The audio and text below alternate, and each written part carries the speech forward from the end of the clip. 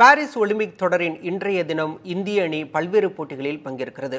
இந்திய வீரர் வீராங்கனைகள் பங்கேற்கும் போட்டிகள் குறித்து தற்போது பார்க்கலாம்.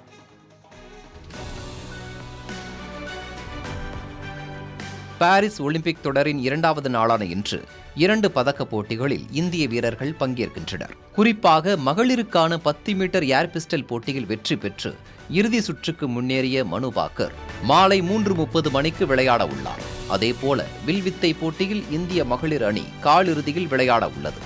இதனை தவிர 2 முறை ஒலிம்பிக் போட்டியில் பதக்கம் வென்ற PV சிந்து இன்று தன்னுடைய முதல் சுற்று போட்டியில் விளையாட உள்ளார். பேட்மிண்டன் ஆண்கள் ஒற்றையர் பிரிவில் HS பிரணாய், லக்ஷ்யா சென் இரவு 8 மணிக்கு விளையாட உள்ளனர். அதேபோல குத்துச்சண்டை வீராங்கனை நிகாத் சரீன், தமிழகத்தைச் சேர்ந்த டேபிள் டென்னிஸ் வீரர் சரத்கமல், 10 மீட்டர் ஏர் ரைபிள் மகளிர் ஒற்றையர் பிரிவில் தமிழகத்தின் இளவேனில் வாளறிவன் ஆகியோர் களமிறங்க உள்ளனர்.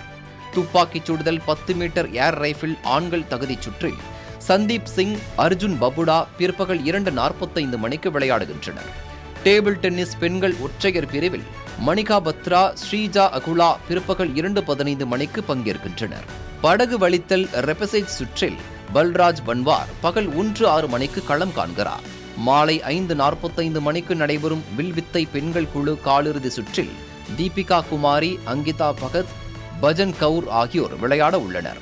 100 மீட்டர் பேக் ஸ்ட்ரோக் நீச்சல் போட்டி ஆண்கள் தகுதிச் சுற்றில் ஸ்ரீஹரி நடராஜ் மாலை 4 மணிக்கு களமிறங்குகிறார்.